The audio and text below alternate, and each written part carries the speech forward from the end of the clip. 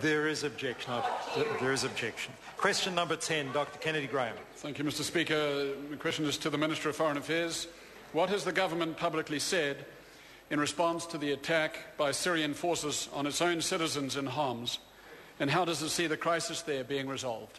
The Honourable Mary McCully. Speaker, the government has condemned the attacks by Syrian forces on Syrian citizens. Dealing with the current situation, I have this morning issued a statement on behalf of the New Zealand government condemning yesterday's bombardment of Syrian citizens in Homs, resulting in a reported death toll of 50.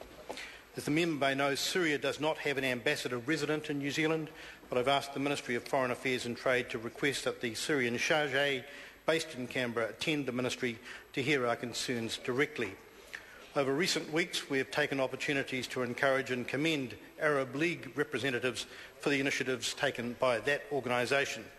We remain deeply disappointed that the United Nations Security Council members have been unable to agree the form of a suitable resolution, and have urged that they try harder to find agreement in light of the escalating violence.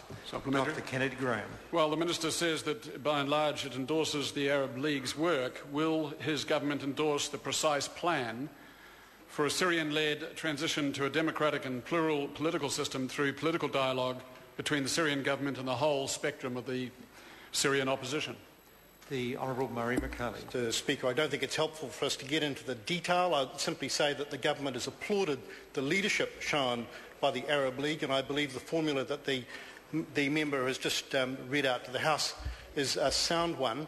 What I would say is that it's imperative that the United Nations Security Council now show some leadership and resolve the issue that separates other members of the Council from Russia and China on the wording of a resolution. Dr. Kennedy Graham. Does the Minister see any parallels between the Russian-Chinese veto of the Syrian resolution and the persistent US vetoes on the Israeli-Palestine resolutions? The Honourable Mary McCully. Mr. Speaker, I think that range is rather wider than I'd care to go in response to the original question. What I would say is that there is a disagreement as between China and Russia and the other members of the Security Council over references in effect to regime change in the resolution. I believe that we need to encourage all members of the Security Council to work hard to find an agreeable resolution, because that sort of leadership is called for in light of the escalating violence. Point of order, Dr. Kennedy Graham. The Minister says it ranges a little too widely, and yet he just expressed concern over one particular resolution. The member can't debate the Minister's answer. The member asked the Minister for an opinion. The Minister gave an opinion, and that's the answer to the question. The member may ask a further supplementary question, but he cannot debate the answer by way of point of order.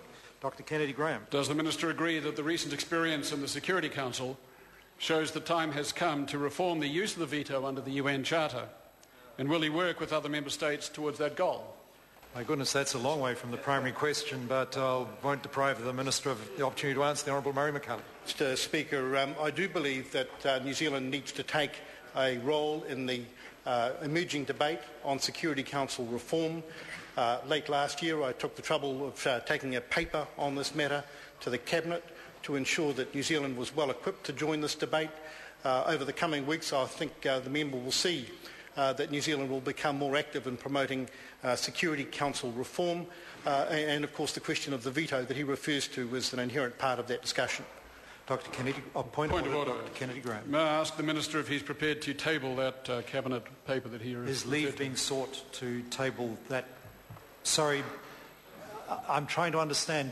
Does the member believe the Minister was quoting from a document, an official document? You referred to a Cabinet paper pertaining to Security Council reform, as I understood the answer. The member can only be asked to table a document he's quoting from if it is an official document he's quoting from.